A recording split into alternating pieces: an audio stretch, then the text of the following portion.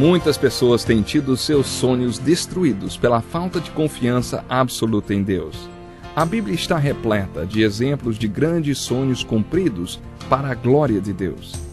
Encontro com a Palavra é um programa escrito pelo Dr. Dick Woodward e narrado por Pastor Edson Bruno.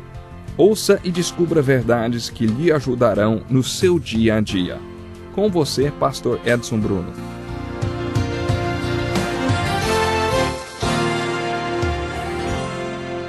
Pegue sua Bíblia, junte-se a nós para mais um estudo do Evangelho de João, versículo por versículo. Abra sua Bíblia no capítulo 3, versículo 22 e acompanhe a leitura desse texto comigo até o versículo 36, o final do capítulo, que diz assim, Depois disso, Jesus foi com seus discípulos para a terra da Judéia, onde passou algum tempo com eles e batizava. João também estava batizando em Enom, perto de Salim, porque havia ali muitas águas e o povo vinha para ser batizado. Isto se deu antes de João ser preso. Surgiu uma discussão entre alguns discípulos de João e um certo judeu a respeito da purificação cerimonial. Eles se dirigiram a João e lhe disseram: Mestre, aquele homem que estava contigo no outro lado do Jordão, do qual testemunhaste, está batizando, e todos estão se dirigindo a ele. A isso João respondeu: Uma pessoa só pode receber o que lhe é dado dos céus. Vocês mesmos são testemunhas de que eu disse: Eu não sou o Cristo, mas sou aquele que foi enviado adiante dele. A noiva pertence ao noivo. O amigo que presta serviço ao noivo e que o atende e o ouve, enche-se de alegria quando ouve a voz do noivo. Esta é a minha alegria, que agora se completa. É necessário que ele cresça e que eu diminua. Aquele que vem do alto está acima de todos. Aquele que é da terra pertence à terra e fala como quem é da terra.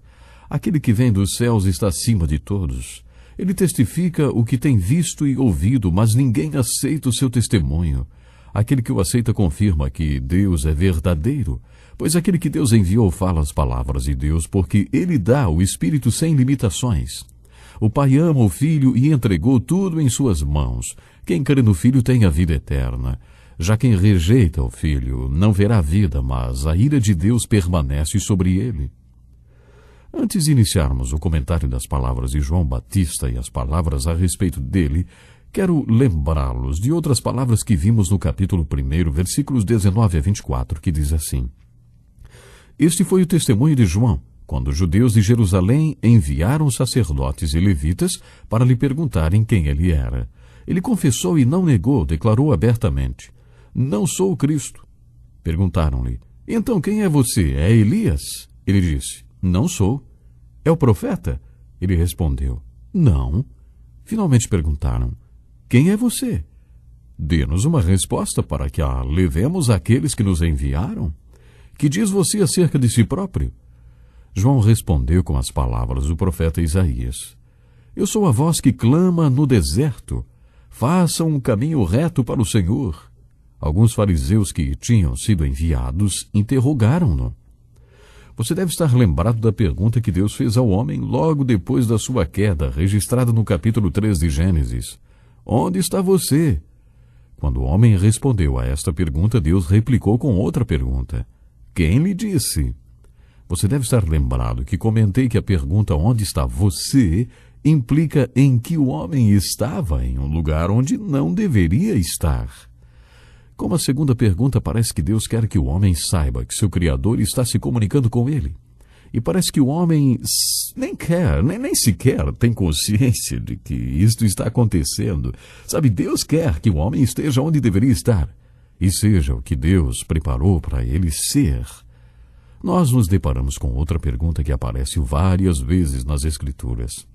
Os fariseus mandaram perguntar para João Batista: Ei, quem é você? Ou o que você tem a nos dizer a respeito de você mesmo?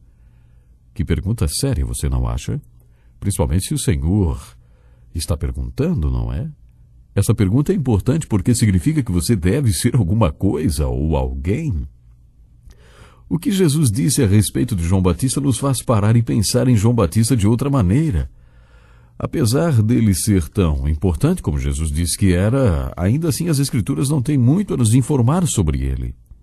Por isso nos sentimos obrigados a tirar o máximo que pudermos desses versículos para descobrir mais sobre este homem de Deus tão importante.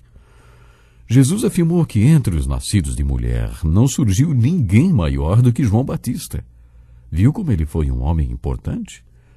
No último programa, cheguei a comentar que talvez a grandeza de João Batista estivesse na sua humildade. Ele soube reconhecer os seus limites e a responsabilidade que Deus lhe deu. Grande parte da ansiedade, angústia e sofrimento emocional das pessoas vem do fato de não reconhecerem suas limitações e da insistência em fazer coisas para as quais não foram dotadas nem preparadas. A parábola dos talentos e outros ensinos das Escrituras sugerem que no dia do julgamento diante de Cristo muitas pessoas terão problemas, não porque não aceitaram suas limitações, mas porque não aceitaram a responsabilidade pelas capacitações e habilidades que o Senhor lhes deu. Foi isso que Jesus ensinou em textos como a parábola dos talentos. Quando refletimos sobre a grandeza de João Batista, ficamos em dúvida se aquele homem simples sabia quem ele realmente era. Quando lhe perguntaram, no capítulo 1 de João, "Quem é você?", ele continuou a falar sobre Jesus. Aí então lhe perguntaram, "Você é Elias?" Algumas pessoas achavam que ele estava reencarnando o profeta Elias por causa do que Jesus havia dito a respeito dele. Mas João Batista mesmo disse, "Não sou." Então lhe perguntaram mais uma vez, "É o profeta?" Em Deuteronômio, Moisés profetizou a vinda do Messias, se referindo a ele como um tipo especial de profeta. Os judeus estavam familiarizados com esta profecia e por isso lhe perguntaram se ele era o profeta. João Batista respondeu, "Não." Aí os seus interrogadores pediram, "Mas quem é você? Dê-nos uma resposta para que a levemos àqueles que nos enviaram. Que diz você acerca de si mesmo?" Foi aí que João Batista declarou, "Eu sou a voz que clama no deserto. Faça um caminho reto para o Senhor", como Isaías disse. Era isto que João Batista tinha a dizer a respeito de si mesmo e da sua individualidade. O que ele disse a respeito do seu eu o faz diferente e único entre todos os outros seres humanos. Se buscarmos o que a Bíblia tem a nos dizer sobre nosso eu, vamos acabar descobrindo revelações sobre a boa, perfeita e agradável vontade de Deus para a vida de cada ser humano. A Bíblia ensina que quando Deus decidiu nos criar, quando Deus decidiu que existiríamos, Ele traçou um plano para a vida de cada um de nós. Ele criou cada um de nós com uma forma ou um molde diferente e depois jogou o molde fora. Isto quer dizer que somos únicos e diferentes uns dos outros. Quer dizer que não existe ninguém no mundo como você, nem nunca haverá. A vontade de Deus é que cada um de nós seja único e individual, diferente de todos os outros seres humanos sobre a face da terra. Jesus afirmou nos evangelhos, "Pois que adiantará ao homem ganhar o mundo inteiro e perder a sua alma? O que o homem poderá dar em troca da sua alma?" Você percebe a magnitude desse ensino? Se alguém lhe oferecer todas as riquezas do mundo em troca do seu eu, você seria estúpido o suficiente para aceitar?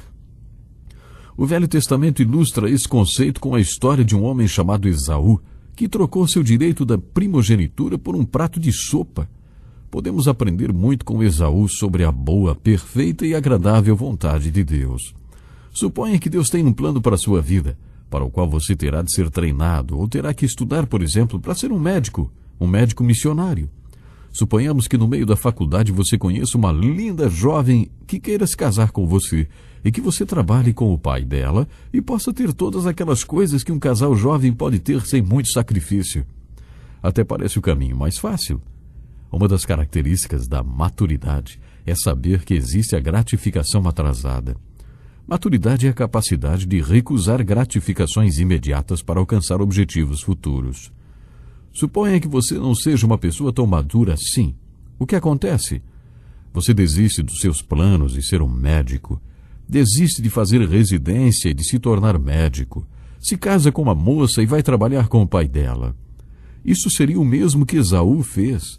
Trocou tudo que tinha à sua frente por causa do seu direito de primogenitura, por um prato de sopa. Tudo que você dá em troca do que você é, que prejudica a sua identidade e a individualidade sagrada que Deus tem para você e para mim, é uma conspiração para impedir que você se torne você mesmo, para impossibilitar que você alcance o plano perfeito de Deus para a sua vida.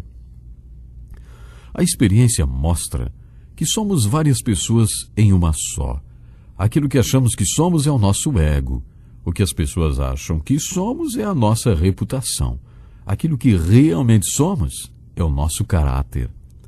O que queremos ser é a nossa ambição. Aquilo que pensamos que somos é a nossa autoimagem ou a autoestima. Hoje em dia existe tanta discussão sobre isso, não é? Além de todos esses nossos eus, existe ainda mais um. Já comentamos sobre ele aqui em nosso programa quando falamos sobre o maior projeto do mundo, a boa, perfeita e agradável vontade de Deus para você. A pessoa que Deus quer que você e eu sejamos é a pessoa que devemos lutar em Cristo para ser, pela graça de Deus. A Bíblia fala do nosso eu como nessa pergunta de Jesus: pois que adiantará o homem ganhar o mundo inteiro e perder a sua alma? Jesus estava se referindo ao nosso eu, a pessoa que Deus quer que sejamos. Se você vem a Jesus Cristo e tem fé nele, se é cheio do Espírito Santo, significa que é controlado pelo Espírito Santo. Se você se rende a ele e permite que ele venha para a sua vida, você recupera o seu eu perdido, a sua individualidade, e se aproxima daquela pessoa que Deus quer que você seja. A vida de João Batista é uma fonte riquíssima no estudo de crise de identidade.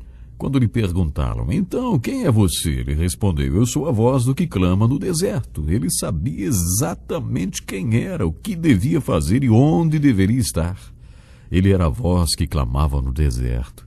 Ele tinha plena consciência da vontade de Deus para a sua vida. Ele sabia que o plano de Deus para a vida dele era ser essa voz clamando no deserto. Faça um caminho reto para o Senhor. Ele era isso, porque esse foi o plano de Deus para a sua vida. Ele sabia que o plano de Deus para a vida dele era ser essa voz clamando no deserto. Façam um caminho reto para o Senhor. Ele era isso porque esse foi o plano de Deus para a vida dele. A grandeza desse homem está em que ele foi o que deveria ser, estava no lugar que deveria estar, fazendo o que deveria fazer, porque sabia que a vontade do Deus Todo-Poderoso para a sua vida era boa, agradável e perfeita. E ele tinha apenas 31 anos e meio de idade e já sabia disto. Eu convido você para continuar conosco no próximo programa. Vamos continuar estudando João. Até lá, então. Deus lhe abençoe.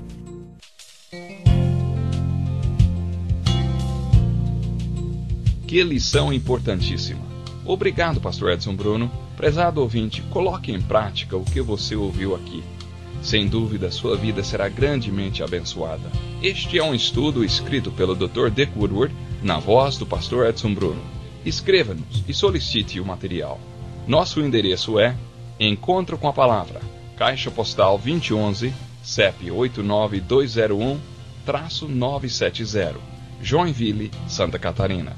Até o nosso próximo encontro com a Palavra.